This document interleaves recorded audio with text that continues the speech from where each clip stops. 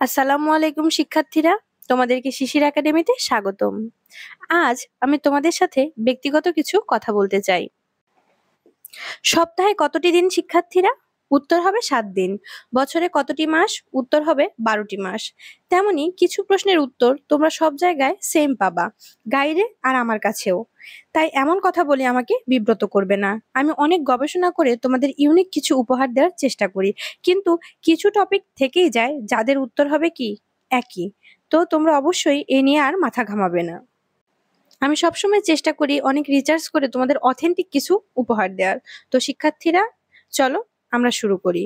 আজ আমরা সপ্তম শ্রেণীর বিজ্ঞান অনুশীলন বইয়ের পৃষ্ঠা 100 এর ছকগুলো পূরণ করব। চলো আমরা শুরু করি।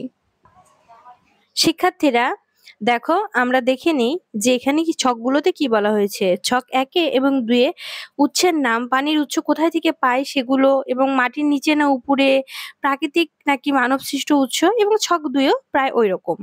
শিক্ষার্থীরা, এখানে আমি ইউনিক পানির উৎস কিভাবে পাবো? এটা কি আমি তৈরি করব? না, এটা সবাই একই লিখবে। হয়তোবা যেমন আমি ঝর্ণাটা লিখেছি, ঝর্ণা দেখবা ঝর্ণাটা একটু নতুন অপশন। তো শিক্ষার্থীরা, আশা করি তোমাদের ভালোই লাগবে। পৃষ্ঠা 100, ছক 1। ক্রোম উৎসের নাম, মাটির নিচে ভূগর্ভস্থ নাকি মাটির উপরে ভূপৃষ্ঠস্থ উৎস, প্রাকৃতিক না মানব সৃষ্ট? 1 নম্বর অপশন হচ্ছে ঝর্ণা। ঝর্ণা হচ্ছে ভূপৃষ্ঠস্থ। প্রাকৃতিক নাকি মানব সৃষ্ট? প্রাকৃতিক। বৃষ্টি ভূপৃষ্ঠস্থ, প্রাকৃতিক। 3 হচ্ছে নদী নালা, ভূপৃষ্ঠস্থ এবং এটা হচ্ছে প্রাকৃতিক।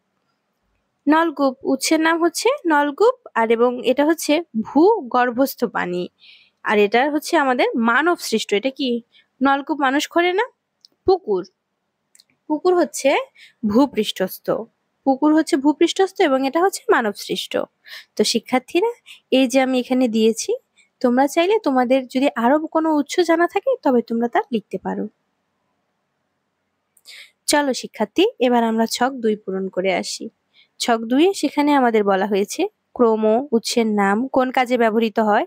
1 ঝর্ণা, পান করা ব্যতীত সকল কাজে ব্যবহার করা যায়।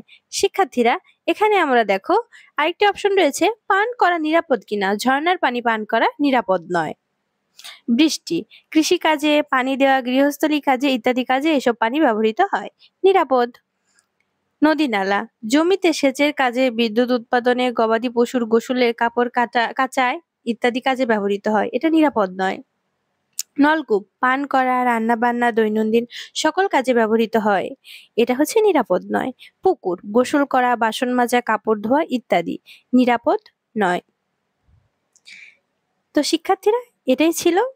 শিক্ষার্থীরা, তোমরা ভিডিওটি লাইক করবে, চ্যানেলটি সাবস্ক্রাইব করবে। ধন্যবাদ।